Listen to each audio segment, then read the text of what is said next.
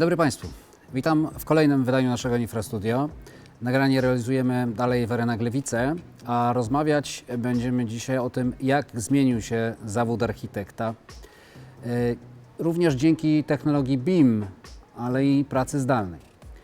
Po raz pierwszy moim zdalnym rozmówcą będzie pani architekt pracująca jako inżynier aplikacji BIM w firmie Man & Machine Software.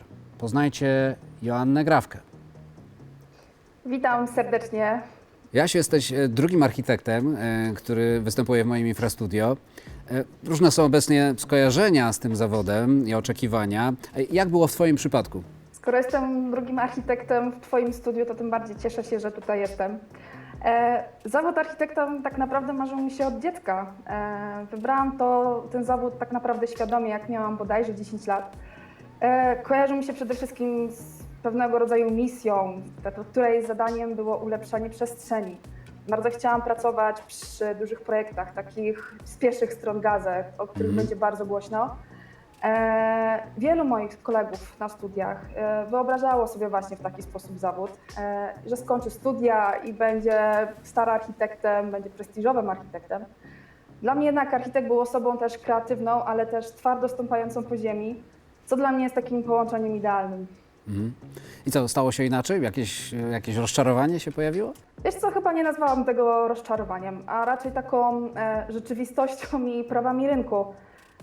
Początkowo, muszę przyznać, było nieźle. Ja tak naprawdę swoją przygodę z architekturą zaczęłam jeszcze w technikum architektonicznym. I to było właśnie moje takie pierwsze zderzenie z rysunkiem technicznym.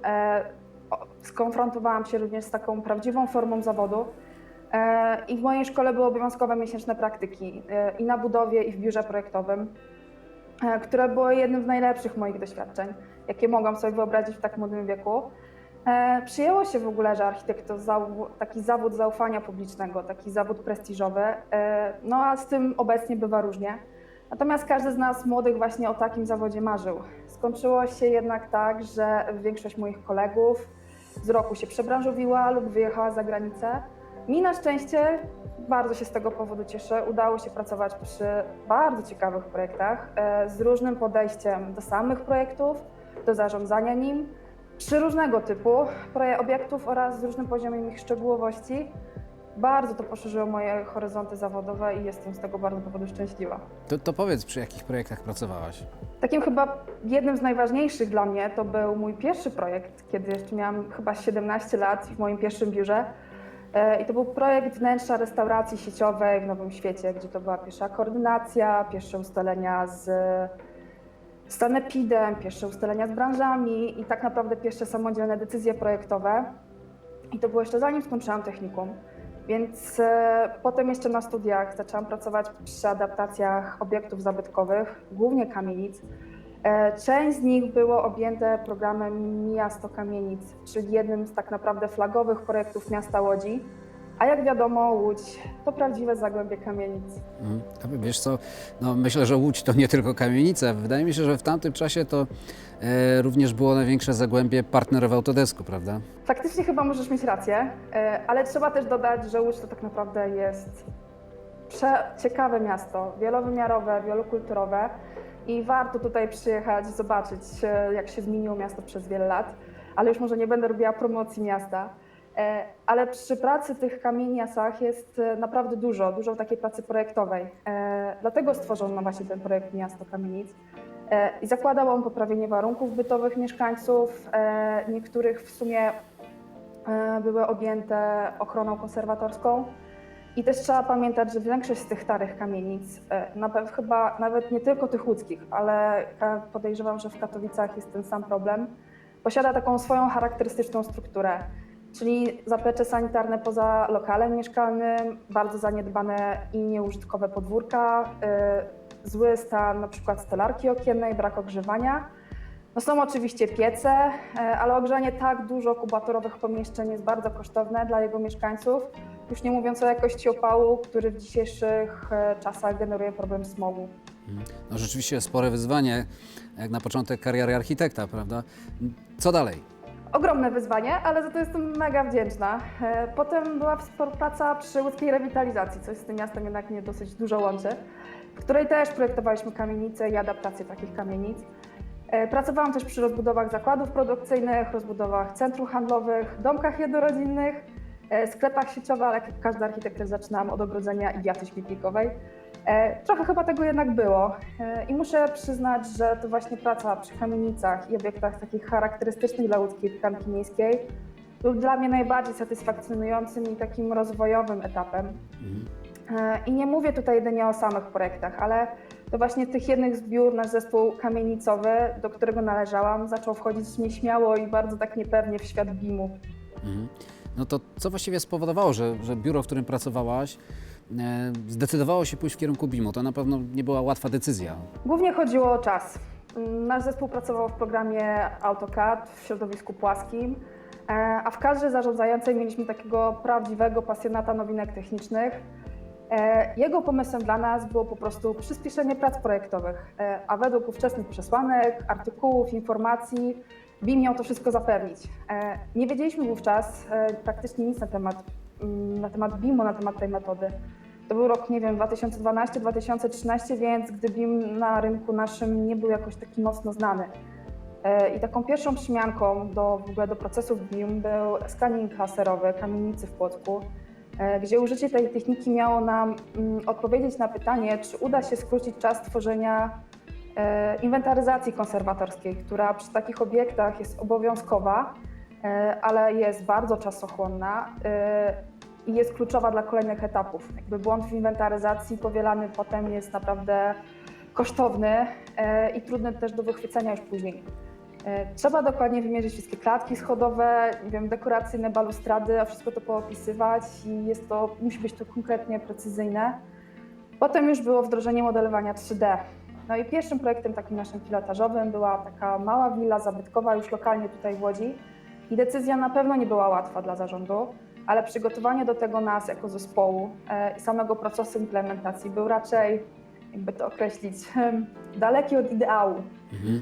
I na pewno nie polecam nikomu takiej metody wdrażania BIM-u. No, faktycznie spore wyzwania. A jak na to patrzysz dzisiaj? Dzisiaj patrzę w taki sposób, że to był skok na głęboką wodę, bez żadnej asekuracji, bez żadnego wsparcia. Dzisiaj się tak wiele mówi o ścieżce implementacji, o tym, jak powinno się prawidłowo wykonywać, jak się przygotować, jakie kroki wykonać. Można to zlecić zewnętrznej firmie. My takiego wsparcia nie mieliśmy. Naszym głównym wsparciem było takie, że mamy przejść na Revit i koniec, kropka, z dnia na dzień. Jedynym sposobem dla nas, jako zespołu na naukę obsługi, były wtedy tutoriale, których wtedy nie było jakoś w sieci bardzo dużo. Poza tym, nawet jak już były, to pokazywały taką idyliczną wizję Revita, czyli wystarczy wprowadzić proste dane i samo się wszystko ładnie robi jednym kliknięciem. Taką magiczną, czarodziejską różdżką i takie założenie też było naszej kadry zarządzającej. A tu niestety w bogato zdobionym obiekcie zabytkowym, w którym ma bardzo dużo dekoracji, bardzo dużo sztukaterii, no nie było wcale tak łatwo tego wszystkiego wymodelować. Nie pomagały również nam takie artykuły w internecie czy w prasie branżowej, które mówi, że projekty w BIM-ie robią się na zasadzie Ctrl+P, czyli jedno kliknięcie i mamy już zaprojektowany obiekt, więc wychodziło nam to dosyć koślawo. Była to bolesna lekcja, tak z perspektywy czasu, ale nie bójcie się, budynek jest, stoi, przeżył. Nasze to pierwszą implementację, można go zobaczyć w Łodzi. Natomiast wiem teraz z perspektywy właśnie czasu, że nie trzeba implementować wszystkiego od razu, więc trzeba mieć jakąś minimalnie przemyślaną strategię. Nie trzeba, czyli jakie rozwiązanie, jaki scenariusz proponujesz? Nie, zdecydowanie nie trzeba i wydaje mi się, że na początek wystarczy wdrażać pojedyncze takie procesy i dla nas jako architektów to wydaje mi się, że powinniśmy zacząć od modelowania 3D, a następnie przejść na przykład do koordynacji. A w obiektach, które się inwentaryzuje i ta inwentaryzacja jest naprawdę istotna, to można dołączyć jeszcze właśnie scanning laserowy. Natomiast to podstawę podstaw to jest modelowanie 3D i właśnie koordynacja. Nasz zespół do modelowania uczył się samodzielnie, jak już wspominałam przed chwilą, więc popełnialiśmy sporo błędów. My nie mieliśmy żadnego wsparcia w szkoleniach. Byliśmy zawsze w niedoczasie, projekt był na wczoraj i trudności w ogóle wzięciem wolnego, żeby pójść się w ogóle gdzieś uczyć, edukować. Natomiast nasze chęci zrobienia tego projektu prawidłowo i chęci rozwoju były dosyć ogromne, więc studiowaliśmy na własną rękę. ale popełniliśmy naprawdę wszystkie błędy. Zły podział ról, zły podział obowiązków, niefortunny podział pracy nad projektem, złe wprowadzanie danych. No, długo by jeszcze tych błędów mówić. No nieźle. A teraz sama szkolisz innych w firmie Man Machine Software. Tak, zgadza się. Po przerobieniu tak wielu projektów z takim różnym podejściem do projektowania, z różnym stopniem zaawansowania BIM-u, postanowiłam się skupić jeszcze na czymś troszeczkę innym w karierze zawodowej, jeśli mogę tak to określić. I chciałam przekazać po prostu swoje doświadczenie innym, żeby się uczyli na moich błędach. I może dzięki temu ktoś nie popełni ich po prostu w przyszłości i tak szybko się nie zniechęci do wdrażania takich systemów. Udaje mi się to z powodzeniem na salach Man Machine i my jako firma z międzynarodowym doświadczeniem i jako platynowy partner Autodesku stworzyliśmy autorski program BIM Ready. W ramach tego programu chcieliśmy uczyć przede wszystkim fundamentów wiedzy o metodyce BIM, w której jest bardzo duży dziś bałagan tak naprawdę, sposobie zarządzania projektem zgodne z procesami BIM oraz o prawidłowym wdrożeniu BIM do organizacji i do określonego projektu. A czym to się różni od innych wielu dostępnych na rynku szkoleń BIM? My jako zespół skupiamy się na tym, żeby wyszkolić skutecznych BIM koordynatorów, BIM menadżerów oraz dokładnych i precyzyjnych modelarzy, czyli osób, które modelują w tym cyfrowym świecie. Bo trzeba pamiętać, że BIM to oczywiście procesy, ale też narzędzia. I nie tylko ja, ale też nasi inżynierowie uczymy oprogramowania, które usprawnia tę pracę projektantów, oszczędza czas. Każdy z nas chce przekazać nabyte też swoje doświadczenie zawodowe, wieloletnie tak naprawdę doświadczenie zawodowe. Ja natomiast w trakcie szkoleń kładę nacisk na to, żeby grupa ze sobą przede wszystkim rozmawiała, bo chodzi o to, żeby też wymieniać doświadczenie i przedstawić swój punkt widzenia na procesy BIM. Widzę też bardzo często, jak ludzie błądzą wśród zagadnień BIM-owych, posiadają zupełnie inne wyobrażenie tej metody, a prawdziwe życie projektanta jest zgoła inne i stawia przed nami szereg różnych problemów. Myślę też, że BIM to przede wszystkim nie Revit i podejrzewam, że każdy gdzieś tutaj się ze mną zgodzi. Natomiast architekci i na ogół inżynierowie nie mają po prostu też się czasu skupić na sobie i często się zdarza, że w trakcie tych szkoleń, nawet jak już wygospodarują trochę tego czasu, to muszą gasić pożary w biurze, pozostawili po prostu pracowników. No, nie jest lekko, nie jest lekko. Ja wiem, że mam takie spostrzeżenie, że narzędzia dla projektantów są coraz lepsze, ale obowiązków wcale im nie ubywa. Jak to się dzieje, Twoim zdaniem? No właśnie to jest zagadka. Wszystko, technologia idzie do przodu, a po prostu jakoś tutaj lepko nie jest. Znaczy zgadza się, obowiązków nie ubywa, a doba się nie poszerzy, chociaż wielu już próbowało różnymi technikami. Natomiast technika nam gdzieś ma to ułatwić i ta wielozadaniowość na chwilę obecną jest taką dosyć mocną przeszkodą w realizacji. Słuchając różnych opowieści właśnie kursantów i przywołując własne doświadczenia, zastanawialiśmy się, w jaki sposób przejść tą przeszkodę, czyli tą wielozadaniowość i brak czasu. Mianowicie tak wygospodarować 6 albo 7 godzin na szkolenie stacjonarne często jest poza zasięgiem wielu inżynierów i wielu projektantów. Bo jak wspominałam, wszystko jest na wczoraj, jest wieczny brak czasu, bo trzeba oddać jeden projekt, drugi projekt. No a w tym wszystkim też odkładamy swój rozwój, który jest w procesach BIM dosyć istotnym elementem. I taki prosty przykład, jeśli chodzi o czytanie książki. Tak zastanawialiśmy się, zazwyczaj trzeba usiąść z książką na 2-3 godziny, no bo kursy się nie opłaca i w końcu summa summarum nie siadamy do tej książki, nie czytamy jej i odkładamy cel przeczytania tej książki na potem. A tak naprawdę jakby się skupić, nie wiem, 10-15 minut dziennie, to się przybliżamy tak naprawdę stopniowo do realizacji celu, jakim jest przeczytanie właśnie tej danej książki. No, faktycznie z czytaniem jest wśród nas coraz gorzej. No właśnie dlatego pomyśleliśmy o pewnym rozwiązaniu, że przez pandemię nauczyliśmy się tak naprawdę pracy zdalnej, czyli pracy przy komputerze w świecie online.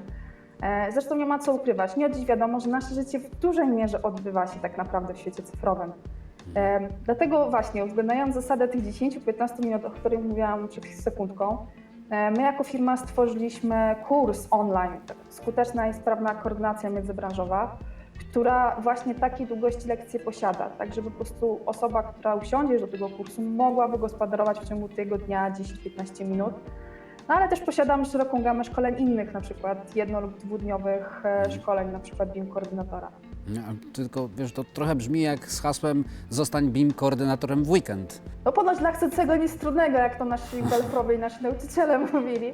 Ale to też nie chodzi o to, jakby zostanie BIM koordynatorem to proces i dla każdego trwający indywidualnie, więc aby być postacią BIM koordynatora składa się tak naprawdę wiele narzędzi, wiele innych umiejętności i w trakcie tego kursu uczymy się obsługi oprogramowania, jakim jest program Autodesk Navisworks. Natomiast szkolenie samo z BIM koordynatora ma troszeczkę większy zakres niż nauka softu. I w kursie tak naprawdę, w tym kursie online została cała nasza taka wiedza odnośnie obsługi oprogramowania zamknięta w 3,5 godzinach nagrań, które można odtworzyć w dowolnym momencie dnia. Składa się z 14 modułów, w każdej lekcji mówimy o czymś innym, tak żeby po prostu zamknąć tą wiedzę. Natomiast taką wartością dodaną w tych kursach są prezenty, które mają potem ułatwić jakby już wdrożenie, implementację wszystkich zagadnień oraz usprawnić pracę. Na przykład stworzyliśmy checklistę elementów niezbędnych do wykonania szablonu w projekcie Revit. I dodajmy oczywiście jeszcze certyfikat. Natomiast wracając do tej treści nagrań, to mi się wydaje, że po prostu to też zależy od tego, jak to potem wdrożymy już do naszego życia zawodowego. No, aż trudno uwierzyć, że jest możliwe przez oglądanie przez 3,5 godziny nagrań, że można w tak krótkim czasie poznać BIM. A widzisz? Można. Przynajmniej można spróbować. Znaczy są to standardowe obawy, ale tak naprawdę taką strukturę kursy online mają, więc my prowadzimy uczestnika trochę za rękę, tłumaczymy mu zagadnienia, ale on musi wykonać sam ćwiczenia i potem sam wykonać tą pracę. My tego nie zrobimy za niego, musi to wdrożyć w realnym świecie. My w tym kursie konkretnym uczymy obsługi softu, a nie też jak zostać BIM koordynatorem i też nie damy złotego środka, w jaki sposób tym BIM koordynatorem zostać. Każdy ma swoją ścieżkę. Chociaż myślę, że drugim kursem, jaki zrobimy, to będzie właśnie jak zostać BIM koordynatorem. Może tych nagrań będzie ciut więcej, ale na przykład postaramy się wytłumaczyć, jak prowadzić skuteczne spotkania koordynacyjne. No tak, praca własna jest podstawą każdego szkolenia. A czy sama forma szkolenia ma tutaj jakieś znaczenie? Mam na myśli, obecną sytuację, w której skazani jesteśmy na zdalne nauczanie. Znaczenie mają, wydaje mi się, bardziej chyba chęci kursantów niż sama forma szkolenia. Kursant będzie chciał się nauczyć, to się nauczy na szkoleniu stacjonarnym czy na szkoleniu online. Natomiast niezależnie od wyboru typu szkolenia, czy jest on na żywo, czy online, to i tak nie wyczerpują wszystkich zagadnień. Daje nam taką kwintesencję w ogóle wiedzy, kwintesencję tak jakby definicji różnych. I zresztą sama nauka programu nic nie da, jeśli nie wdrażamy wiedzy w praktyce. Będę chyba to powtarzać w trakcie naszego spotkania kilka razy, bo gdzieś ludzie o tym zapominają jednak. I trochę inaczej wygląda szkolenie online, a trochę inaczej wygląda szkolenie na żywo. Na innych zasadach działa też kurs online, tak? I niezależnie od formy, cel mój i naszych inżynierów w firmie jest jeden: przekazać całą wiedzę naszą, którą mamy, w sposób zrozumiały i rzetelny. Jesteśmy naprawdę nastawieni na rozmowy, wyjaśnienie problemów, niejasności, więc rączka do góry, jak ktoś nie ma ma wątpliwości. Mamy naprawdę grono fantastycznych specjalistów i do tego praktyków, więc to jest dosyć cenne. I od kursantów zależą, co z tego wyciągną i jak to wdrożą tak naprawdę. My staramy się po prostu im pomóc. Wspomniałeś też w swoich wypowiedziach, że rozmawiacie często ze studentami. Jakieś obawy czy nadzieje związane z BIM dostrzegasz u nich w tych głosach? Wiesz co, tak, bo z mojego punktu widzenia bardzo ważne poznać jest obawy kursantów, dlatego że z tych obaw rosną największe bariery i bariery do zmian tak naprawdę. Jak się czegoś boimy, to po prostu uciekamy od tego. I większość tych obaw ma bardzo podobny charakter. Natomiast nadzieja jest ta sama, czyli tworzyć lepsze jakościowo projekty i oczywiście bardziej opłacane. Jest też taka obawa, że w jaki sposób pozyskać takich klientów otwartych na innowacje i w jaki sposób wytłumaczyć im takie racjonalne korzyści płynące z zastosowania BIM.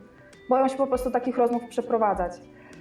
Obawą jest też zwrot z inwestycji, czyli czy faktycznie fundusze włożone w szkolenie, czy w soft, czy w zatrudnienie nowego pracownika po prostu nam się zwrócą. Natomiast dość często pojawia się też temat tworzenia zespołów projektowych. Jak się okazuje, to wcale nie jest takie proste. I są też opory przed taką zmianą sposobu myślenia, zmianą takiego sposobu komunikacji w projekcie. I coś, co mnie bardzo smuci, muszę przyznać, ale niestety spotykam się dosyć często, to taka wzajemna niechęć w naszym własnym środowisku, w środowisku architektów, do dzielenia się własnym doświadczeniem. Ja wiem, że są grupy na Facebooku różnego typu, ale to są takie okrojone rady, że no szkoda, że po prostu nie uczymy się na własnych błędach i takich nie ma merytorycznych i konstruktywnych dyskusji. I naprawdę nie mówię tutaj do przekazywania takiego swojego know-how, ale o zwykłe rozmowy i taką komunikację, bo takie trzymanie wszystkiego dla siebie jest absolutnie jakby jakoś nie pasuje mi do gry zespołowej, jaką jest tak naprawdę proces projektowy, a BIM to sama praca zespołowa, więc tu nie powinno się robić czemuś na złość. Natomiast większość jednak młodych kursantów patrzy z nadzieją na to, że ten BIM będzie niedługo obowiązkowy, że to będzie taki oczywisty sposób projektowania, jak dla nas kiedyś było projektowanie w AutoCADzie. A część moich mentorów, którzy są już z innego pokolenia, ma nadzieję, że po prostu to nie będzie ich dotyczyło. No to w takim razie tak na koniec w tym kontekście, o którym powiedziałaś, tej rywalizacji, jakiejś niechęci do dzielenia się wiedzą, jakie jest Twoje podejście do BIM i związanej z tym przyszłości zawodu architekta? Wiesz co, ja myślę, że trzeba pamiętać, że każdy projekt powinien posiadać dobre zasady zarządzania danymi, dobre zasady zarządzania informacjami, ale też i zespołem. I często się właśnie zapomina, że ta cała technologia, całe te procesy, za nimi stoi jednak człowiek. A tylko dobrze zgrany i dobrany zespół według mnie jest w stanie zdziałać naprawdę wiele. A BIM jest czymś, od czego wydaje mi się, że nie ma odwrotu. Daje wiele możliwości i na pewno nie da się nim znudzić, bo po prostu ilość zmian jest ogromna, więc tutaj naprawdę nie da rady się z nim tutaj znudzić. To jest coś, co też naprawdę trzeba się przygotować zawczasu. Nie trzeba czekać do ostatniej chwili, żeby właśnie nie skakać na główkę na głęboką wodę, żeby uniknąć większych problemów, stresu wynikającego przede wszystkim z narzucenia czegoś nowego. Wdrożyć małymi krokami, rozłożyć to w czasie, to jest chyba dla mnie najlepsze. Tutaj mogę dać jakąś dobrą radę. A przyszłość zawodu architekta, wydaje mi się, że to jest oddzielny w ogóle temat do nagrania rozmowy, bo tutaj też jest obszerny temat, ale tak krótko to wydaje mi się, że zawód sam w sobie ma się dobrze i będzie po prostu wymagał tylko ciągłego doszkalania. I my dlatego jako firma będziemy starać się w tej materii pomóc, więc obecnie szkolimy stacjonarnie, obecnie szkolimy zdalnie i online i czekamy z niecierpliwością, aż nasi kursanci wrócą do sal. Jasiu, bardzo Ci dziękuję za dzisiejsze spotkanie, za rozmowę. Podziwiam Twoją misję wsparcia koleżanek, kolegów z branży architektury w tym naprawdę trudnym procesie przechodzenia na narzędzia cyfrowe. No ja mam takie obawy, że nie będzie to wcale łatwy ten proces. Zadanie może się wiązać nawet z wymianą całego pokolenia. Pozostając w tej niepewności, chciałbym Państwu podziękować za dzisiejsze wydanie Infrastudio i zapraszam do oglądania następnych odcinków.